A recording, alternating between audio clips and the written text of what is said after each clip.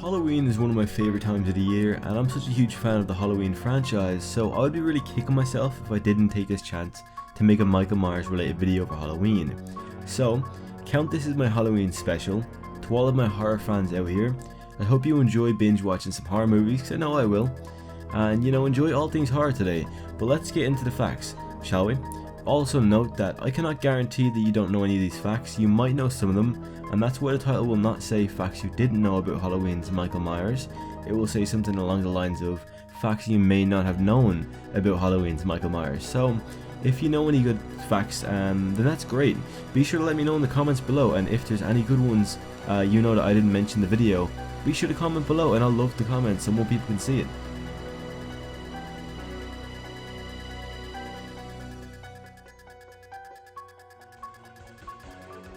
Number 1. Michael Myers can talk. Technically. I feel like we can all agree on one thing. We have never heard Michael Myers speak. And technically he can't, but he can communicate. If you've watched Halloween 2 more times than you're proud to admit, like myself, then you probably know where I'm going with this.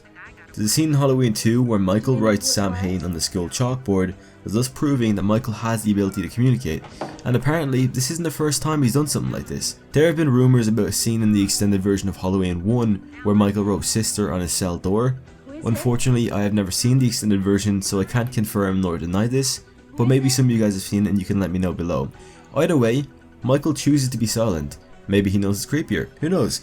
Also, I just want to make it clear that we're ignoring Rob Zombie's Michael Myers for the entirety of this video. Number 2. Michael Myers was a one-time killer. Now, we've all heard about Carpenter's lack of interest in Michael Myers after Halloween 2, but in fact, he never intended for Halloween 2.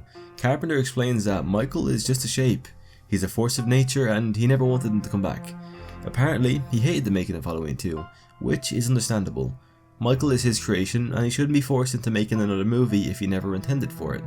He wanted to take the franchise in a different direction, and that is what he was doing with Halloween 3 Season of the Witch, but unfortunately for John, people wanted the Haddonfield slasher back too much, causing him to part ways with the franchise.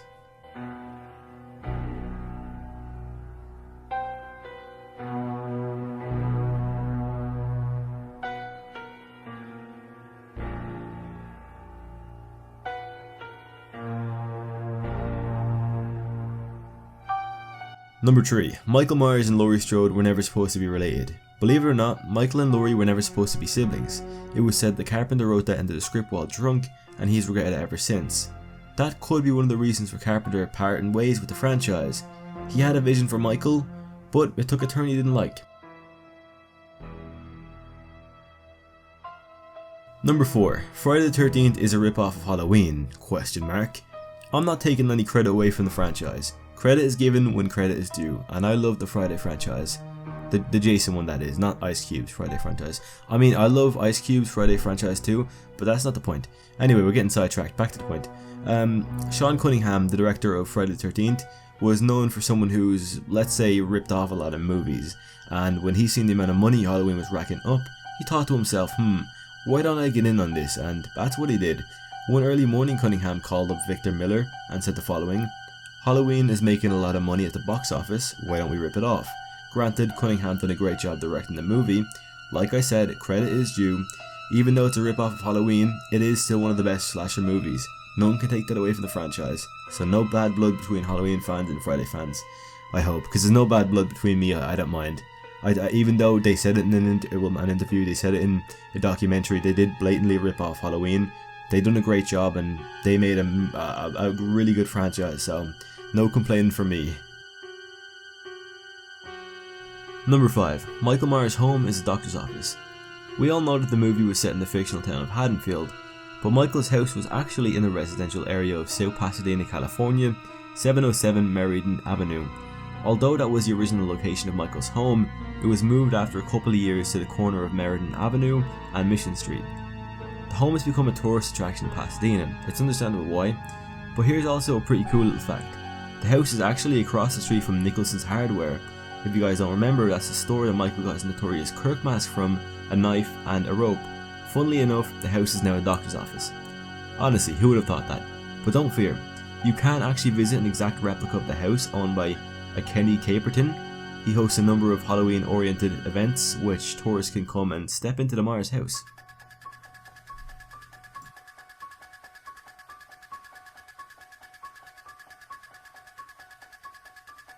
Number 6. The Bride of Chucky had a Halloween Easter egg. Filmmakers love to reference other filmmakers' work, and this is especially true for horror movies, so it's not all that surprising when you see an Easter egg for Halloween, Friday the 13th, A Nightmare on Elm Street, and the Texas Chainsaw Massacre.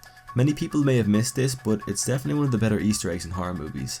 If you don't know what I'm talking about, well, in the scene where they're in the Lockport Police Evidence Depository, you can see Michael's mask, Freddy's glove, Jason's hockey mask, and Leatherface's chainsaw. Although this isn't one of the normal facts about Michael Myers, it is awesome as a fan of those slashers to see, so well played, Ronnie Wu. Well played indeed.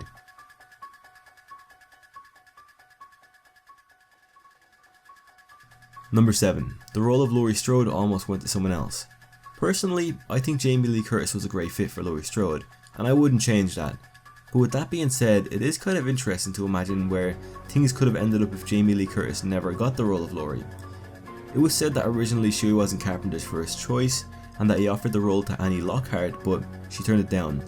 Lockhart claimed she had no recollection of ever being approached for the role, but apparently she denied due to other commitments keeping her from doing so.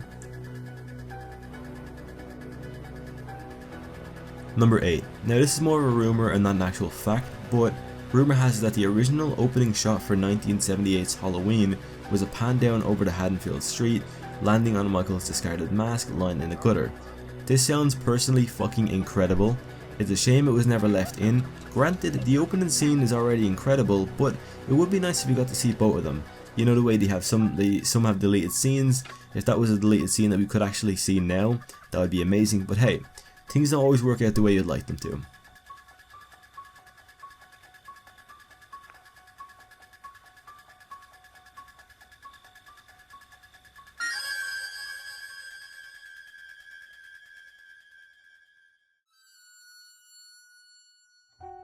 Number 9. The name of Michael Myers is all thanks to one guy.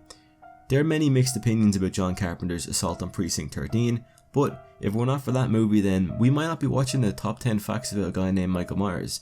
It might be top 10 facts about a guy named Oliver, but thankfully that's not the case. At the Cannes Film Festival, the movie got many favourable reviews from British critics, and thankfully for John Carpenter, a British distributor snapped up the British distributing rights and made the movie into a hit. As a thank you, John Carpenter named his iconic Haddonfield slasher after him. I'm assuming we can all take a good guess at what that guy's name is, right? It definitely wasn't Oliver. Number 10. Michael Myers' psychiatrist could have been played by somebody else. When I think of Dr. Loomis, I instantly imagine Donald Pleasence. He is Dr. Loomis. I'm not taking any credit away from Malcolm McDowell, but come on. There is only one Dr. Loomis, and he is played by the late, great Donald Pleasence. But if either two of the other actors who were approached to play the role said yes, then that would have been it. Thankfully, neither Christopher Lee or Peter Cushing agreed to play the role, and the rest is history. It is said that the reason for them passing the opportunity was because the pay was too low. Amen for that. Thank fucking God. Well, it looks like we've come to an end. Ladies and gentlemen, it has been an absolute pleasure to read out to you some of the less popular facts about our beloved Halloween franchise.